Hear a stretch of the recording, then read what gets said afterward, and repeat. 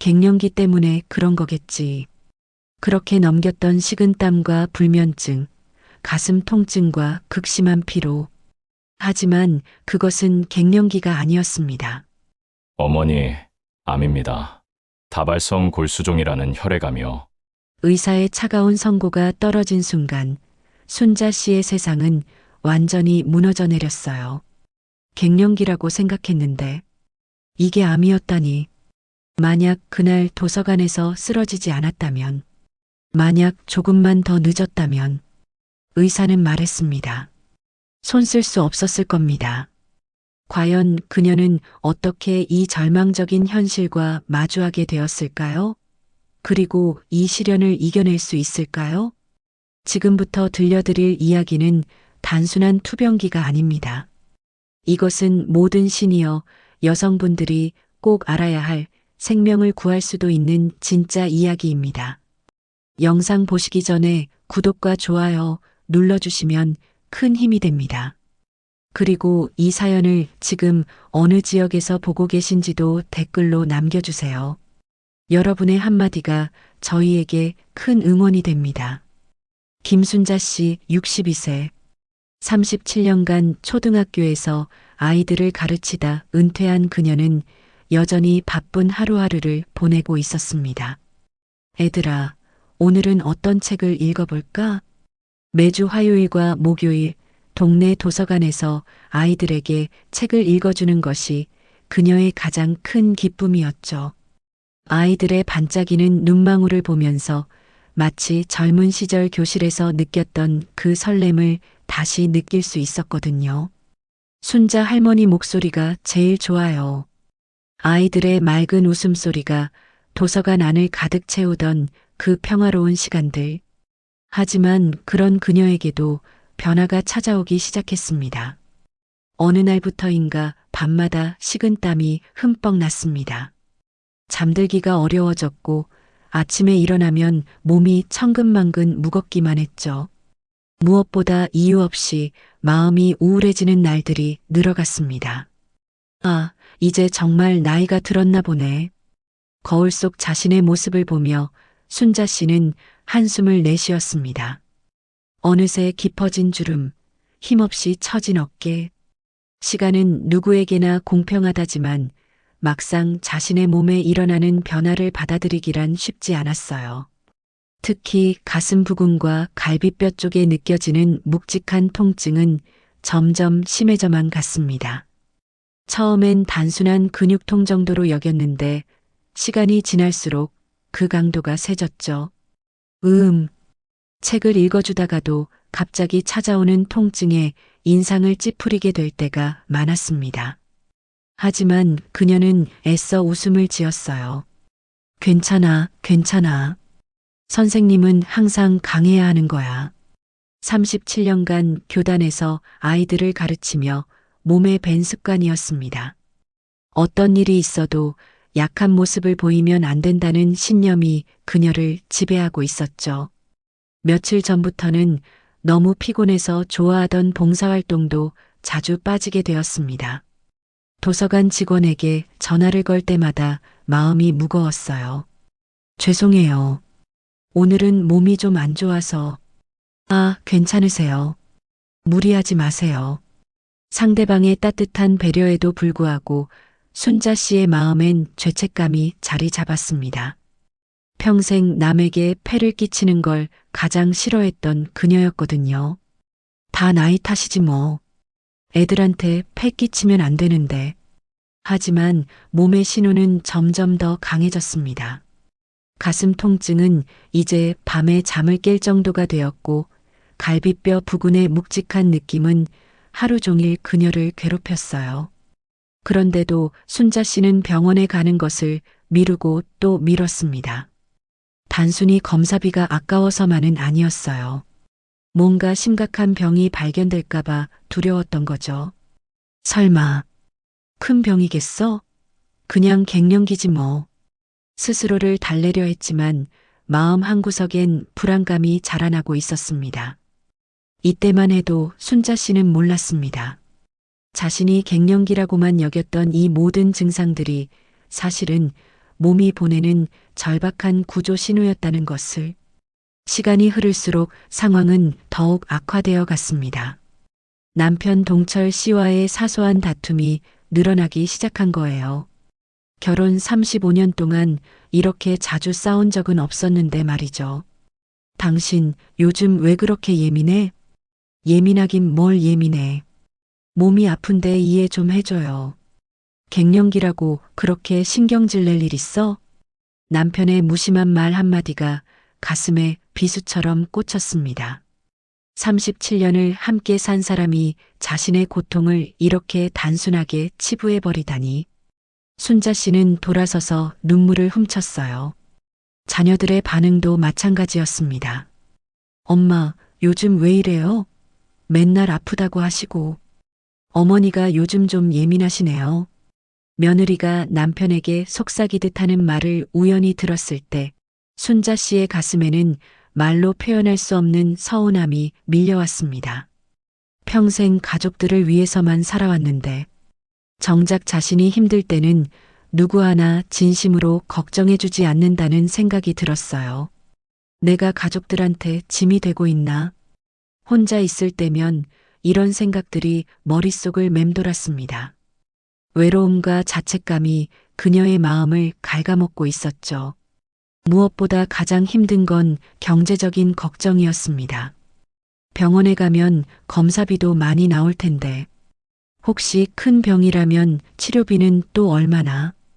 은퇴 후 연금으로 생활하는 처지에서 갑작스런 의료비 지출은 부담스러울 수밖에 없었어요. 게다가 아직 큰아들의 대학원 등록금도 지원해주고 있는 상황이었거든요.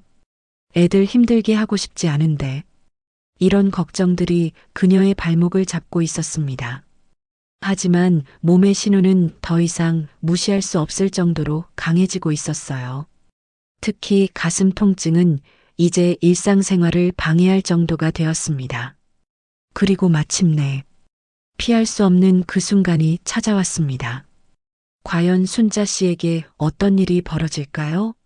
그녀가 그토록 두려워했던 일이 정말 현실이 되는 것일까요? 그 운명적인 목요일 오후였습니다. 평소와 다름없이 도서관에서 아이들에게 책을 읽어주던 순자 씨. 그날따라 아이들이 유난히 많이 모여들었어요. 할머니, 오늘은 어떤 책이에요?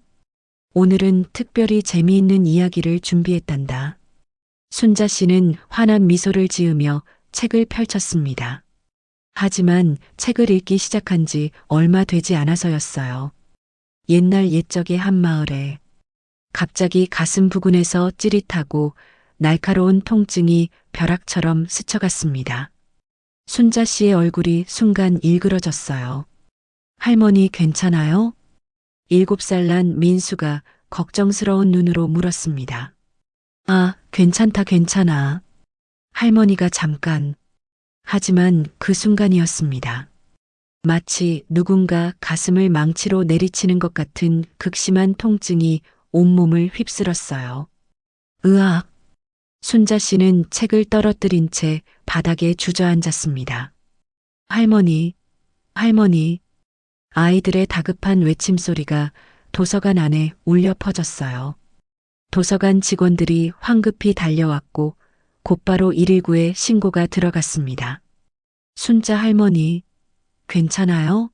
눈 떠요. 8살 난 지연이가 눈물을 뚝뚝 흘리며 순자 씨의 손을 잡았습니다.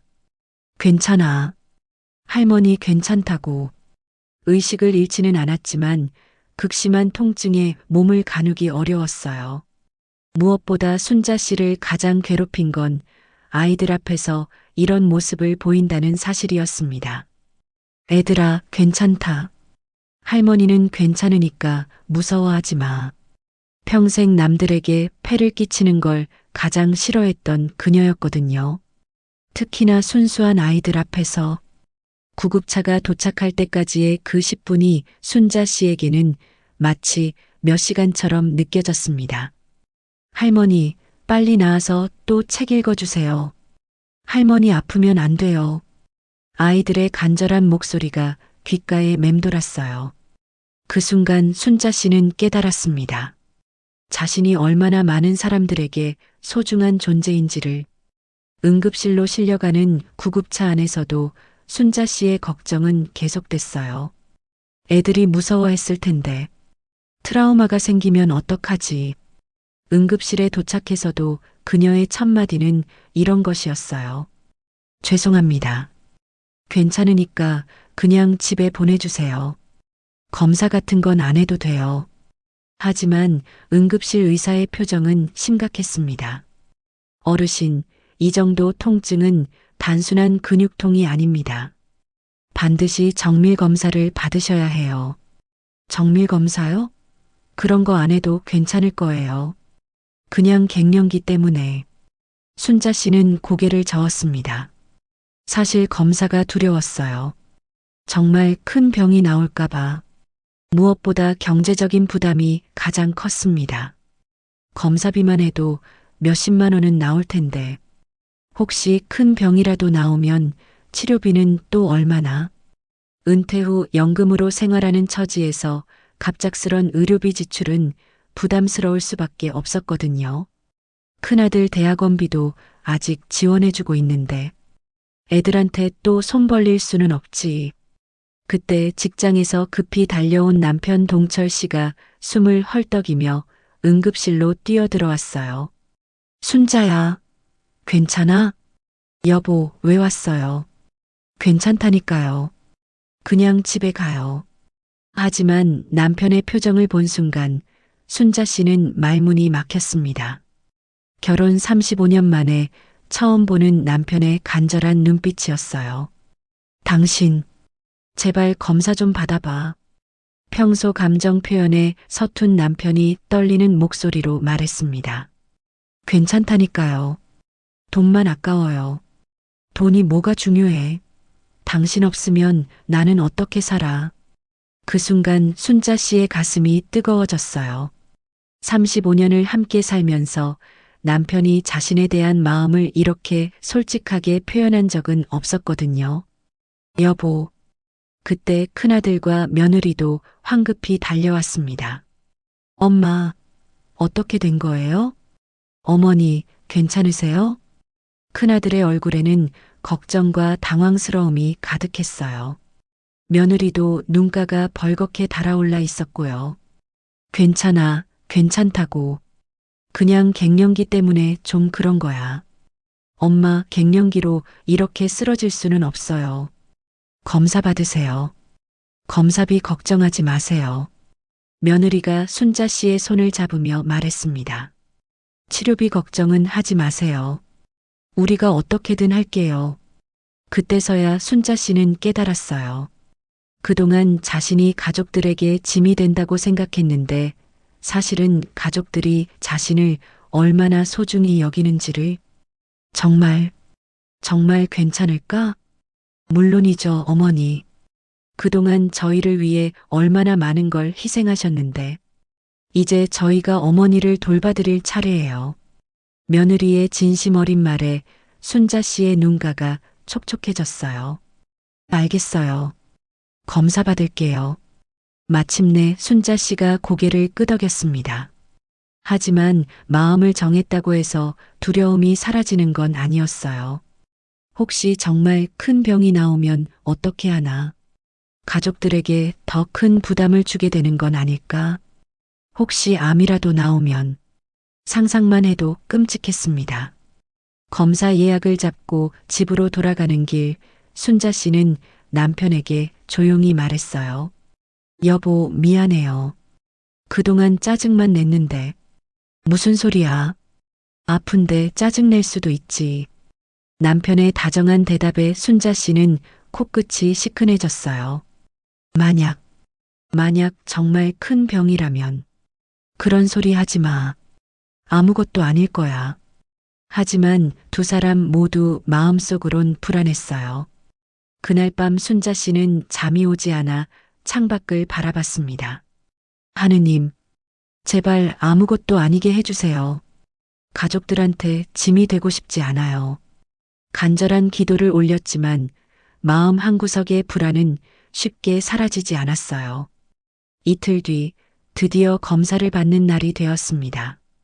남편과 함께 병원에 도착한 순자 씨는 떨리는 마음으로 검사실에 들어갔어요. 많이 아프진 않을 거예요. 잠깐만 참으세요. 간호사의 따뜻한 말에도 불구하고 순자 씨의 손은 계속 떨렸습니다.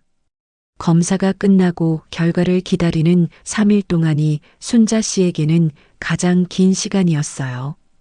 밤마다 잠이 오지 않아 천장만 바라보며 온갖 생각들이 머릿속을 맴돌았습니다. 설마 큰 병이겠어? 그냥 단순한 염증이겠지. 하지만 마음 깊은 곳에서는 뭔가 심상치 않다는 불길한 예감이 계속 들었어요. 그리고 마침내 그 운명의 날이 다가왔습니다. 과연 검사 결과는 어떻게 나올까요? 순자 씨의 간절한 기도가 통할까요? 그 운명의 날이 마침내 찾아왔습니다. 검사 결과가 나왔습니다. 가족분들과 함께 진료실로 오세요. 병원 직원의 차분한 목소리였지만 순자 씨의 심장은 쿵쾅거리기 시작했어요. 3일 동안 기다린 그 순간이었습니다. 왜 가족들까지 불러요? 순자 씨가 떨리는 목소리로 물었지만 직원은 미소만 지을 뿐이었어요. 진료실로 향하는 복도가 이렇게 길게 느껴진 적은 없었습니다. 남편과 자녀들이 모두 모인 가운데 공기가 얼어붙은 것 같았어요. 의사가 컴퓨터 화면을 보더니 천천히 입을 열었습니다. 검사 결과를 말씀드리겠습니다.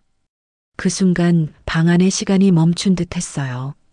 다발성 골수종이라는 혈액암 진단이 나왔습니다. 마치 머리 위에 벼락이라도 떨어진 것 같았습니다. 순자 씨의 귓가에 윙윙거리는 소리만 들렸어요. 암이요? 입술이 바들바들 떨렸습니다. 설마 했던 일이 현실이 되어버린 거예요. 갱년기인 줄 알았는데 이게 암이었다니.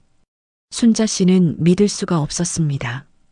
그저 나이가 들면서 생기는 자연스러운 변화라고만 생각했던 그 모든 증상들이 사실은 암이었다니.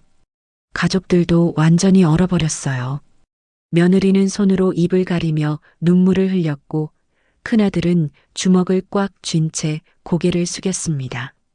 남편 동철 씨는 아예 말을 잇지 못했어요. 얼굴이 새하얗게 질려버린 채로요. 아니야. 이건 꿈이야. 순자 씨는 중얼거렸습니다.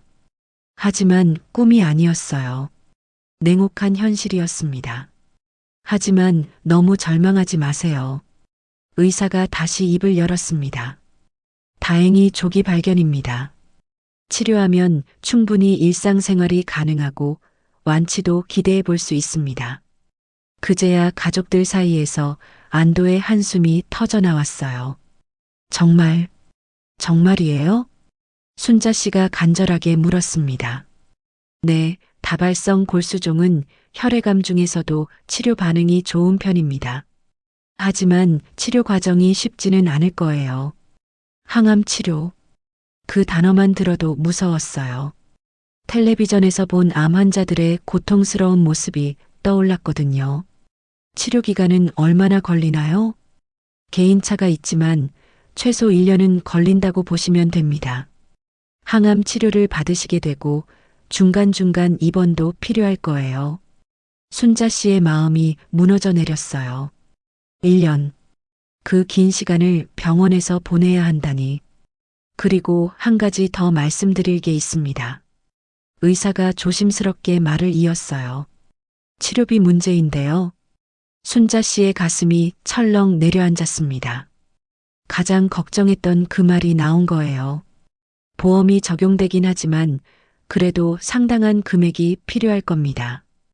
대략적으로 말씀드리면 전체 치료비가 2천만 원 정도, 본인 부담금만 해도 500만 원은 넘을 거예요. 가족들의 얼굴이 다시 굳어졌습니다. 큰 금액이었어요. 어떻게든 마련할게요. 큰아들이 먼저 입을 열었습니다. 대출이라도 받아서. 형, 나도 도울게. 적금 깨서라도. 둘째 아들도 고개를 끄덕였어요. 순자 씨는 그 모습을 보며 눈물이 흘러내렸습니다. 고마운 마음과 미안한 마음이 동시에 밀려왔어요. 미안해. 엄마가 애들한테 짐이 되는구나. 무슨 말씀이세요, 어머니? 며느리가 손을 잡으며 말했습니다. 그동안 저희를 위해 얼마나 많은 걸 해주셨는데, 이제 저희가 어머니를 돌봐드릴 차례죠. 그래요, 엄마. 걱정하지 마세요. 큰아들의 따뜻한 말에 순자 씨의 마음이 조금 놓였어요. 하지만 여전히 부담스러웠습니다. 언제부터 치료를 시작해야 하나요? 남편이 떨리는 목소리로 물었어요. 가급적 빨리 시작하는 게 좋습니다. 내일 입원 준비를 하시고 모레부터 항암 치료를 시작하죠. 너무 갑작스러웠어요. 아직 마음의 준비도 되지 않았는데 하루아침에 이런 일이. 순자 씨는 아직도 믿어지지 않았습니다. 그날 밤 집으로 돌아온 순자 씨는 침대에 누워 천장을 바라봤어요. 암이라니. 정말 암이라니. 계속 되뇌어봐도 현실 같지 않았습니다. 어제까지만 해도 평범한 일상을 살던 사람이 갑자기 암 환자가 되었다니. 왜 하필 나에게. 원망스러운 마음도 들었어요. 평생 착실하게 살아왔는데 왜 이런 시련이 찾아왔을까요? 하지만 한편으로는 다행이라는 생각도 들었습니다. 만약 그때 쓰러지지 않았다면, 만약 검사를 더 미뤘다면, 생각만 해도 아찔했어요. 의사 말로는 조기 발견이어서 치료 가능성이 높다고 했으니까요. 그래, 불행 중 다행이야. 늦게 발견됐다면. 순자 씨는 스스로를 위로했습니다. 다음 날 아침 입원 준비를 하면서도 마음은 복잡했어요. 도서관 아이들에게는 뭐라고 말해야 할까요? 애들이 걱정할 텐데. 어떻게 설명하지? 평생 아이들을 가르쳐온 그녀에게 아이들 걱정은 자신의 병보다 더 컸어요. 일단은 몸이 좀 안 좋아서 잠깐 쉰다고 하자.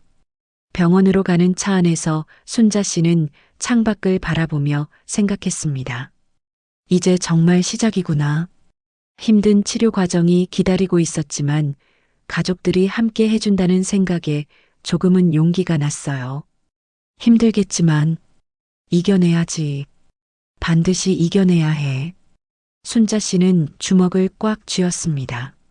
하지만 그녀는 아직 몰랐어요.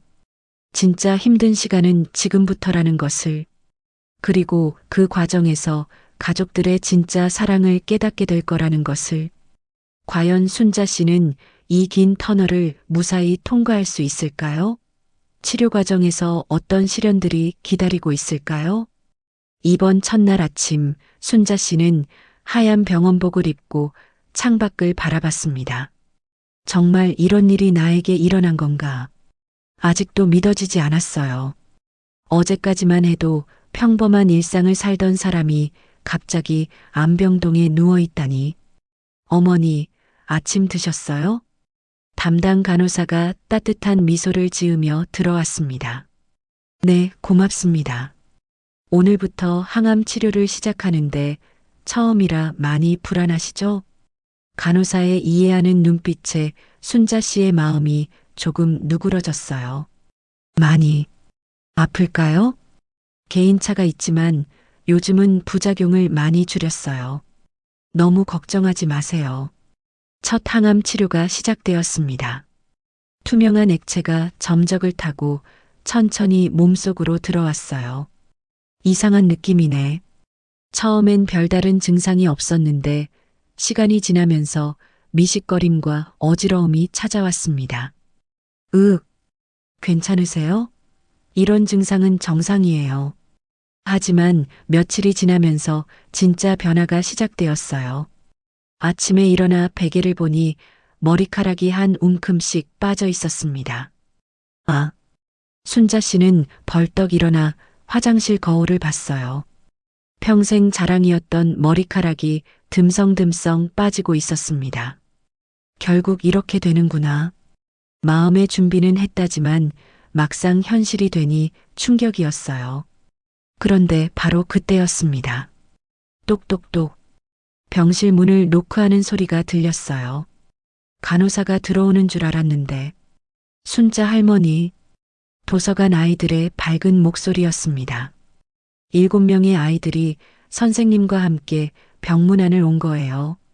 애들아, 순자 씨의 눈가가 촉촉해졌습니다. 할머니, 아파요? 빨리 나와서 또 책 읽어주세요. 8살 민수가 손에 든 편지 봉투를 내밀었어요. 우리가 할머니한테 편지 썼어요. 아이들이 직접 쓴 편지들이었습니다. 삐뚤빼뚤한 글씨로 정성껏 쓴 그 편지들. 할머니 목소리가 제일 좋아요. 빨리 나와서 돌아오세요. 할머니가 없으니까 도서관이 심심해요. 할머니는 우리의 영웅이에요. 편지를 하나하나 읽어가며 순자 씨의 가슴이 뜨거워졌어요. 고마워, 정말 고마워. 아이들은 또 다른 깜짝 선물을 준비해 왔습니다. 할머니, 이것도 봐요. 지연이가 크레파스로 그린 그림을 펼쳐 보였어요. 그림 속에는 머리가 없지만 반짝이는 왕관을 쓰고 환하게 웃고 있는 할머니가 그려져 있었습니다. 할머니는 우리의 여왕님이에요. 머리카락이 없어도 제일 예뻐요. 그 순간 순자 씨의 눈에서 눈물이 쏟아져 내렸어요. 애들아, 고마워. 아이들의 순수한 사랑 앞에서 머리카락이 빠진다는 게 더 이상 두렵지 않았습니다. 아이들이 돌아간 후 순자 씨는 병상에서 편지들을 다시 한번 읽어봤어요. 그리고 지연이의 그림을 머리맡에 정성스럽게 붙여놓았습니다. 며칠 후 또 다른 작은 기적이 일어났어요. 같은 병실에 입원한 70대 할머니 김영희 씨와 친해진 거예요. 어머, 저도 다발성 골수종이에요. 벌써 치료받은 지 8개월째인데 보세요. 이렇게 멀쩡해요. 영희 씨는 웃으며 말했습니다. 정말이에요? 치료가 잘 되신 거네요. 처음엔 저도 무서웠어요. 그런데 의외로 견딜만해요. 요즘 의학이 발달해서 예전만큼 힘들지 않아요. 영희 씨의 밝은 모습을 보며 순자 씨도 용기가 났어요. 제가 먼저 퇴원하거든요. 그때까지 서로 힘내요. 두 할머니는 금세 친구가 되었습니다. 함께 복도를 걸으며 이런저런 이야기를 나누는 것이 일상이 되었어요. 젊었을 때는 뭐 하셨어요? 초등학교 선생님이었어요. 37년 동안요. 어머, 저희 큰딸도 선생님이에요. 공통점이 많을수록 더 가까워졌죠. 그런데 가장 큰 힘이 된 것은 남편의 변화였습니다. 매일같이 병문안을 와서 순자 씨 곁을 지켜주는 건 물론이고 집에서 기른 작은 화분을 가져다 놓았어요. 이게 뭐예요? 당신이 좋아하는 제라늄이야. 매일 보면서 기분 좋으라고. 35년 결혼 생활 동안 이렇게 세심한 남편의 모습을 본 적이 없었어요. 여보, 그동안 당신 마음도 헤아리지 못하고 미안했어. 남편의 진심 어린 사과에 순자 씨의 마음이 따뜻해졌습니다. 화분 속 제라늄이 병실의 생기를 불어넣었어요. 매일 아침 일어나서 꽃을 보는 게 작은 즐거움이 되었죠. 오늘도 예쁘게 피었네. 작은 꽃 한 송이가 이렇게 큰 위로가 될 줄 누가 알았을까요? 치료 2주 차에 접어들면서 몸은 점점 지쳐갔지만 마음만큼은 예전보다 평온해졌어요. 도서관 아이들의 편지, 병실 친구 영희 씨와의 대화, 남편이 가져다 준 제라늄. 이런 작은 것들이 이렇게 소중한 줄 몰랐네. 병을 얻고 나서야 깨달은 소중한 일상들이었습니다. 어느 날 저녁 큰아들 가족이 면회를 왔어요. 엄마 어떠세요? 많이 힘드세요? 괜찮아. 생각보다 견딜만해. 할머니 왜 머리 없어요? 손녀 소희가 천진난만하게 물었어요. 가족들이 당황하는 사이 순자 씨는 웃으며 대답했습니다. 할머니가 나쁜 병균들이랑 싸우고 있거든. 그래서 잠깐 머리카락이 없는 거야. 그럼 할머니가 이기면 다시 머리 나와요? 당연하지. 할머니는 슈퍼 할머니니까. 순자 씨의 밝은 대답에 가족들도 안도의 미소를 지었어요. 그날 밤 혼자 있는 시간에 순자 씨는 생각했습니다. 힘들긴 하지만 나쁘기만 한 건 아니구나. 병을 통해 가족들의 사랑을 더 깊이 느끼게 되었고 아이들의 순수한 마음을 다시 한번 확인할 수 있었어요. 무엇보다 평범한 일상이 얼마나 소중한지 깨달았습니다. 하지만 순자 씨는 아직 몰랐어요. 진짜 시련은 이제부터라는 것을. 과연 그녀는 앞으로 닥칠 더 큰 어려움들을 이겨낼 수 있을까요? 치료 3주 차에 접어들면서 순자 씨의 몸은 한계에 다다르고 있었습니다. 머리카락은 이제 거의 다 빠져버렸어요. 아침마다 거울을 볼 때마다 낯선 자신의 모습에 충격을 받았습니다. 이게 정말 나인가? 거울 속에는 머리가 텅 빈 채로 초라해 보이는 여인이 있었어요. 평생 자신의 모습에 자부심을 가졌던 그녀에게는 견디기 힘든 현실이었습니다. 더욱 힘든 건 몸의 변화였어요. 입맛이 완전히 사라져서 음식을 보기만 해도 속이 메스꺼웠습니다. 의외, 간호사가 가져다 준 죽 한 숟가락도 제대로 넘기기 어려웠어요. 어머니, 조금이라도 드셔야 체력이 생기는데. 며느리가 걱정스러운 표정으로 말했지만 순자 씨는 고개만 저을 뿐이었어요. 몸무게도 10kg이나 빠졌습니다. 옷이 헐렁해져서 마치 다른 사람의 옷을 입은 것 같았어요. 무엇보다 가장 괴로운 건 극심한 피로감이었습니다. 조금만 움직여도 숨이 차고 어지러웠거든요. 이렇게 살아서 뭐하나. 어느 날 저녁 혼자 있을 때 이런 생각이 들었어요. 가족들에게는 보이지 않으려 했지만 마음 깊은 곳에서는 절망감이 자라나고 있었습니다. 바로 그때였습니다. 병실 문이 조용히 열리면서 남편 동철 씨가 들어왔어요. 평소보다 일찍 온 거였습니다. 왜 이렇게 일찍 와요? 그냥 당신이 보고 싶어서. 남편은 순자 씨 곁에 앉으며 조심스럽게 말했어요. 여보, 나 너무 추해졌죠? 순자 씨가 자신의 민머리를 만지며 말했습니다.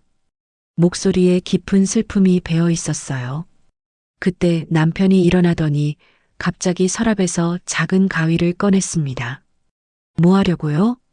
남편은 대답 대신 거울 앞으로 갔어요. 그리고는 믿을 수 없는 일을 했습니다. 여보, 남편이 자신의 머리카락을 가위로 자르기 시작한 거예요. 왜 그래요? 왜? 당신 혼자 힘들어하기 싫어서. 남편의 목소리는 담담했지만 눈가에는 눈물이 고여 있었어요. 몇 분 후 남편도 순자 씨와 같은 민머리가 되었습니다. 이제 우리 둘 다 똑같네. 남편이 웃으며 말했어요. 바보, 왜 이런 걸? 순자 씨의 눈에서 뜨거운 눈물이 흘러내렸습니다. 당신 머리카락이 없어도 나는 여전히 당신을 사랑해. 35년 전 처음 만났을 때처럼. 남편의 진심 어린 고백에 순자 씨는 오열했어요. 결혼한 이후 처음 들어보는 남편의 사랑 고백이었거든요. 여보. 두 사람은 서로를 끌어안고 한참 동안 울었습니다. 며칠 후부터 저는 치료 부작용으로 입안에 염증이 생겨서 말하기도 힘들어졌어요. 손발이 저리고 감각이 둔해졌습니다. 더 큰 문제는 경제적 부담이었어요. 지금까지 치료비가 벌써 700만 원이 넘었네요. 며느리가 병원비 계산서를 보며 한숨을 내쉬었어요. 아직 절반도 안 끝났는데. 순자 씨는 미안한 마음이 들었습니다. 내가 가족들한테 짐이 되는구나. 그런 순자 씨의 마음을 아는지 모르는지 큰아들이 말했어요. 엄마, 걱정하지 마세요. 형제들끼리 의논해서 적금도 깨고 보험도 알아보고 있어요. 미안해. 정말 미안해. 무슨 말씀이세요? 엄마가 우리를 키우느라 얼마나 고생하셨는데. 큰아들의 말에 순자 씨는 또 눈물을 흘렸어요. 며칠 후 병실 친구 영희 씨에게서 희망적인 소식을 들었습니다. 저 내일 퇴원해요. 정말요? 축하드려요. 치료 끝나고 6개월 지났는데 검사 결과가 아주 좋대요. 완전 관해라고 하더라고요. 영희 씨의 밝은 모습을 보며 순자 씨도 희망을 가져볼 수 있었어요. 저도 언젠가는. 당연하죠. 순자 씨도 곧 좋아지실 거예요. 하지만 아직 갈 길이 멀었습니다. 치료는 절반도 끝나지 않았고 부작용은 점점 심해지고 있었어요. 어느 날 밤 극심한 통증과 메스꺼움으로 잠을 이룰 수 없었습니다. 차라리 그때 마음속 깊은 곳에서 어둠이 속삭이기 시작했어요. 과연 순자 씨는 이 시련을 끝까지 견뎌낼 수 있을까요? 아니면 절망에 굴복하고 말까요? 치료 5주차 순자 씨의 상태는 최악에 달했습니다. 그날 밤은 특히 고통스러웠어요. 온몸이 불타는 것처럼 아팠고 메스꺼움은 더욱 심해졌습니다. 으악, 아파. 병실에 홀로 누워있던 순자 씨는 천장을 바라보며 신음했어요.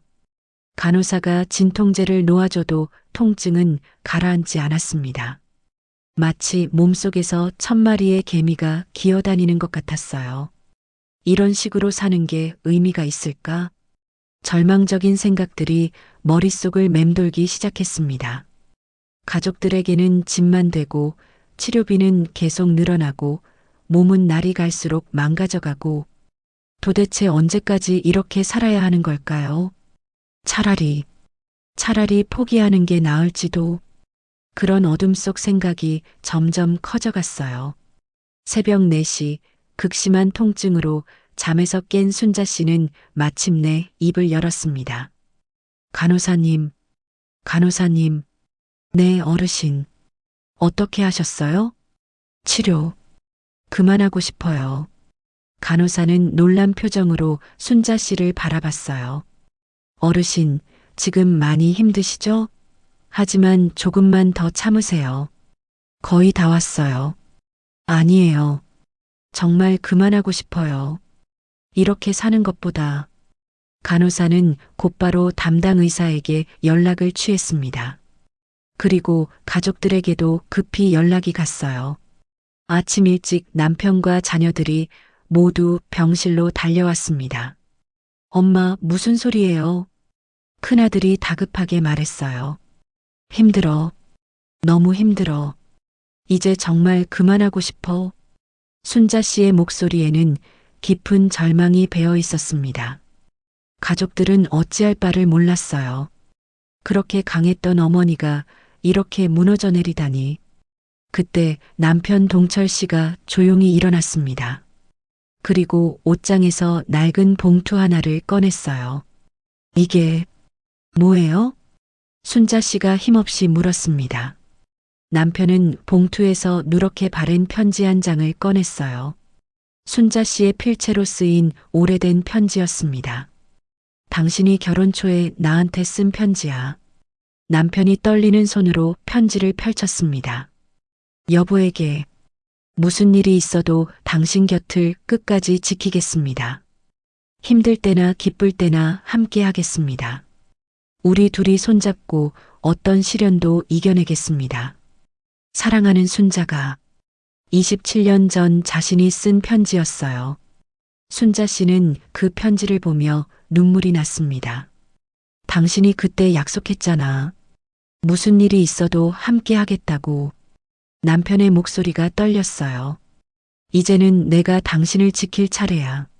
제발 포기하지 마. 그 순간 순자 씨의 마음이 흔들렸습니다. 여보, 우리 아직 해야 할 일이 많아. 소희가 클 때까지 봐야 하고 도서관 아이들도 당신을 기다리고 있어. 남편의 간절한 말에 순자 씨는 흐느꼈습니다. 바로 그때 큰아들이 무릎을 꿇고 앉았어요. 엄마, 왜 그래? 일어나. 엄마, 저희가 잘못했어요.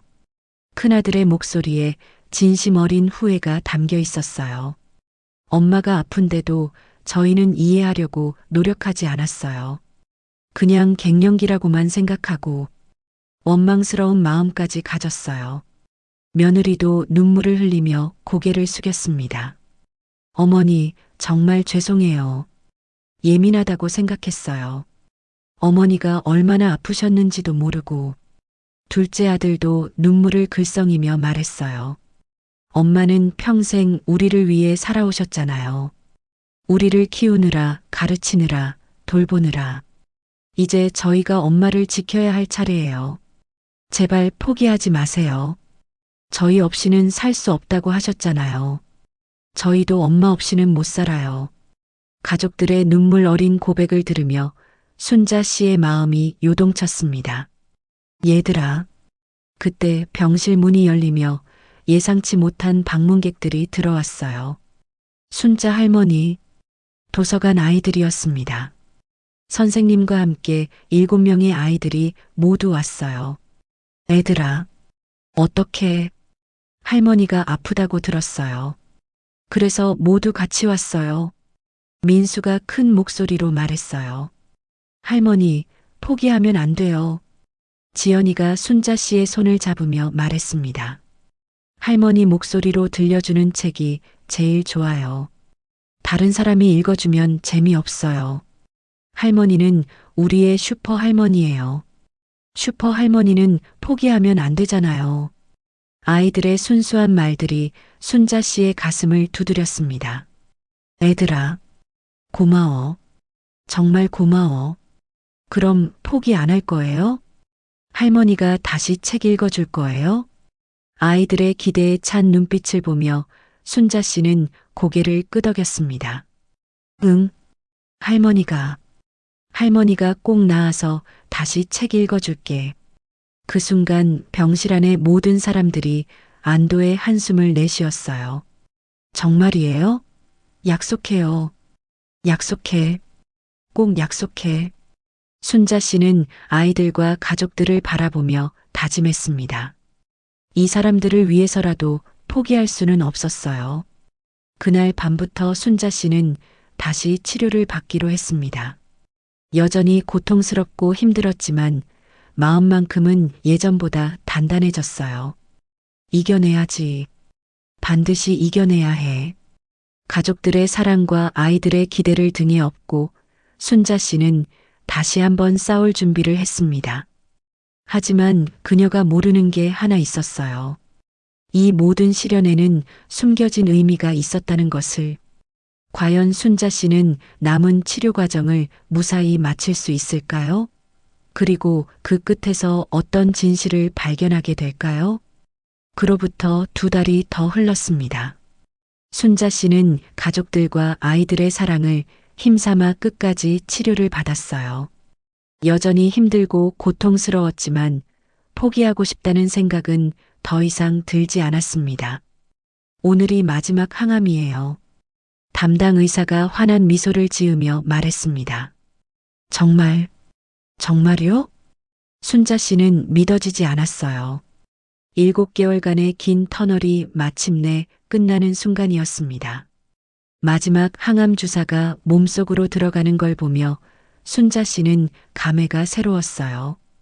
이제 정말 끝이구나. 다음 주에 최종 검사 결과가 나올 예정이었습니다. 그 일주일이 순자 씨에게는 다시 한번 긴 시간이었어요. 혹시 치료가 잘 안 됐으면 어떡하지? 불안한 마음에 잠이 오지 않는 밤들이 이어졌습니다. 드디어 그 운명의 날이 왔어요. 검사 결과가 나왔습니다. 정말 좋은 소식이에요. 담당 의사의 첫마디에 가족들이 모두 안도의 한숨을 내쉬었습니다. 완전관의 상태입니다. 암세포가 거의 발견되지 않아요. 정말이에요? 순자 씨가 떨리는 목소리로 물었어요. 네, 정말입니다. 치료가 아주 성공적이었어요. 의사가 컴퓨터 화면을 보여주며 설명했습니다. 하지만 한 가지 더 말씀드릴 게 있어요. 의사의 표정이 갑자기 진지해졌습니다. 사실 어르신의 경우는 정말 위험한 상황이었습니다. 어떻게요? 조금만 늦었더라면 다른 부위까지 전이가 됐을 거예요. 의사는 잠시 말을 멈췄다가 이어갔습니다. 아마 손 쓸 수 없었을 겁니다. 정말 기적 같은 타이밍이었어요. 순자 씨는 소름이 돋았어요. 그렇게 위험했단 말이에요? 네, 그런데 도서관에서 쓰러지신 게 오히려 천운이었죠. 그때 응급실에 오지 않았다면 발견이 훨씬 늦어졌을 거예요. 순자 씨는 그제야 깨달았습니다. 그때 쓰러진 게 사실은 다행이었구나. 그동안 아이들 앞에서 쓰러진 걸 부끄러워하고 미안해했는데 사실은 그것이 자신의 생명을 구한 거였어요. 갱년기라며 계속 넘겼던 것들이 사실은 몸이 보내는 마지막 경고였구나. 순자 씨는 자신의 몸에 감사한 마음이 들었습니다. 만약 그때 계속 참기만 했다면, 만약 병원에 가지 않았다면, 상상만 해도 끔찍했어요. 정말 기적이에요. 며느리가 눈물을 흘리며 말했습니다. 어머니가 평소에 좋은 일을 많이 하셔서 하늘이 도우신 거예요. 그날 저녁 집으로 돌아온 순자 씨는 오랜만에 자신의 방에서 잠을 잤어요. 7개월 만에 집 침대였습니다. 살았구나. 정말 살아서 집에 돌아왔구나. 창밖으로 보이는 익숙한 풍경들이 새롭게 느껴졌어요. 다음 날 아침 순자 씨는 거울 앞에 섰습니다. 머리카락이 조금씩 자라기 시작했어요. 아직 짧지만 새하얀 머리카락이 보송보송하게 올라오고 있었습니다. 이제 정말 새로 시작하는 거구나. 거울 속 자신의 모습이 예전과는 달랐어요. 야위기는 했지만 눈빛이 더 맑아진 것 같았습니다. 몇 주 후 순자 씨는 드디어 도서관을 다시 찾았어요. 순자 선생님, 도서관 직원이 반갑게 맞아주었습니다. 많이 좋아지셨네요. 아이들이 얼마나 기다렸는지 몰라요. 곧 아이들이 우르르 몰려왔어요. 할머니가 돌아왔어요. 머리카락도 다시 났어요. 아이들의 환호성이 도서관을 가득 채웠습니다. 애들아, 할머니가 돌아왔어. 순자 씨의 목소리는 예전보다 더 따뜻했어요. 할머니, 책 읽어주세요. 네, 그럼 오늘은 특별한 이야기를 들려줄게. 순자 씨는 아이들을 둘러앉히고 말했습니다. 할머니가 아팠을 때 깨달은 아주 소중한 이야기를 해줄까? 아이들이 고개를 끄덕였어요. 우리 몸은 참 신기해요. 아플 때 우리에게 신호를 보내거든요. 나 좀 돌봐달라고 말이에요.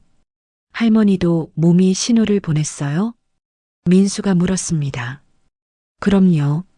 처음에는 할머니도 몰랐어요. 그냥 나이가 들어서 그런 줄 알았거든요.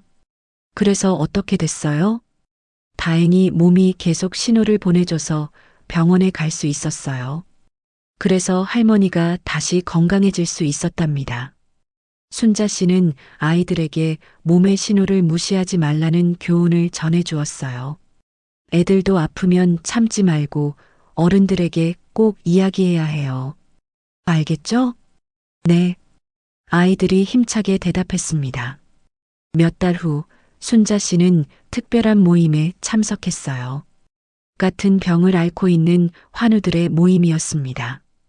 병실에서 친해졌던 영희 씨도 함께 참석했어요. 여러분, 제 경험을 나누고 싶어서 이 자리에 왔습니다. 순자 씨가 마이크를 잡고 말했습니다. 저는 갱년기라고 생각하고 7개월을 참았어요. 지금 생각하면 정말 위험한 일이었죠. 참석자들이 고개를 끄덕였어요. 몸의 작은 변화도 무시하지 마세요. 특히 우리 또래 여성분들, 갱년기라고 치부하지 마세요. 순자 씨의 목소리에 힘이 실려 있었습니다. 그것은 몸이 보내는 중요한 신호일 수 있어요. 저처럼 늦기 전에 꼭 검사 받으시길 바랍니다. 박수가 터져 나왔어요. 그리고 한 가지 더요. 치료 과정이 힘들어도 포기하지 마세요. 가족의 사랑이 있다면 의료진의 도움이 있다면 어떤 병도 이겨낼 수 있어요. 순자 씨의 이야기에 많은 사람들이 눈물을 흘렸습니다. 모임이 끝난 후 한 할머니가 순자 씨에게 다가왔어요. 선생님 이야기를 듣고 용기가 났어요. 저도 포기하지 않을게요. 그럼요, 꼭 이겨내세요. 할 수 있어요. 순자 씨는 그 할머니의 손을 꼭 잡아주었습니다. 집으로 돌아가는 길, 순자 씨는 생각했습니다. 이 모든 일이 우연은 아니었구나. 나로 하여금 더 많은 사람들에게 희망을 주라는 뜻이었나 봐. 아픈 만큼 소중한 것들이 더 잘 보였어요. 가족의 사랑, 아이들의 순수함, 평범한 일상의 소중함. 그리고 무엇보다 자신의 몸이 보내는 신호에 귀 기울이는 것의 중요함을 깨달았습니다. 순자 씨의 새로운 삶이 시작된 거예요. 이제 그녀에게는 더 큰 사명이 있었습니다. 1년 후 봄이 찾아왔습니다. 순자 씨는 완전히 회복되어 예전보다도 더 활기찬 일상을 보내고 있었어요. 머리카락도 어느새 어깨까지 자랐습니다. 새하얗게 변한 머리카락이 오히려 더 우아해 보였어요. 할머니, 은발이 너무 예뻐요. 손녀 소희가 순자 씨의 머리를 쓰다듬으며 말했습니다. 그래, 할머니가 이제 진짜 할머니 같지? 네. 그런데 더 멋져요. 이제 순자 씨는 도서관 봉사뿐만 아니라 새로운 일도 시작했어요. 매월 둘째 주 토요일마다 병원에서 암 환자 가족들을 위한 상담 봉사를 하게 된 거예요. 처음 진단받았을 때 정말 절망적이었어요. 하지만 지금 이렇게 건강하게 살고 있어요. 순자 씨의 경험담을 듣는 가족들의 눈에서 희망이 피어났습니다. 선생님 같은 분이 계셔서 얼마나 위로가 되는지 몰라요. 한 며느리가 고마워하며 말했어요. 제 시어머님도 똑같은 병이신데 이제 희망을 가져볼 수 있을 것 같아요. 순자 씨는 자신의 아픈 경험이 다른 사람들에게 도움이 된다는 사실에 보람을 느꼈어요. 어느 화창한 오후 남편과 함께 동네를 산책하던 순자 씨는 문득 멈춰 섰습니다. 여보, 잠깐만. 순자 씨가 길가에 핀 작은 꽃을 바라봤어요. 예전에는 이런 걸 못 봤는데. 뭘? 이렇게 작고 예쁜 꽃들 말이에요. 바쁘게 살 때는 보이지도 않았는데. 남편도 고개를 끄덕였어요. 그러게 말이야. 나도 요즘은 모든 게 새롭게 보여. 두 사람은 손을 맞잡고 천천히 걸었습니다. 35년 결혼 생활에서 이렇게 여유롭게 산책한 적이 언제였을까요? 아픈 만큼 소중한 것들이 더 잘 보인다더니 정말 그런 것 같아. 순자 씨가 남편을 바라보며 말했어요. 당신도 그래요. 예전보다 더 다정해진 것 같아. 그런가? 나도 많이 깨달은 게 있거든. 두 사람의 대화에는 이전에 없던 깊이가 있었어요. 그날 저녁 온 가족이 모였습니다.